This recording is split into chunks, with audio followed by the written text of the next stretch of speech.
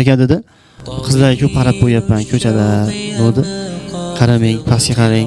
Boshlanishda qiyin bo'ladi lekin xuddi haligi hamma narsadan qolib ketayotgan odamga o'xshaysiz. Shunaqa tasavvur bo'ladi, shayton yomonda vasvasa soladi, qaratadi unga bunga. Yo'q. Iloji boricha to'satdan ko'zi tushib qolsa, mayli boshqa yoqqa oling.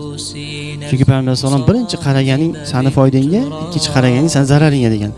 Birinchi qarashdan murod hali to'satdan ko'z tushib qolish degan. Yani birinchi qaraganda uzoq qarab olgan deydi, u noto'g'ri gap bu. Birinchi joyda gapiryapsam, qoraga birinchi qaraganda uzoq qarab olish kerakmi deyapman. Birinchi qarash degani to'satdan ko'z tushib qolish, mufojaatan deydi. Qanchadir muddat o'tgandan keyin ko'rsam, qoraga dedi, haqiqatda og'ir bo'ldi dedi.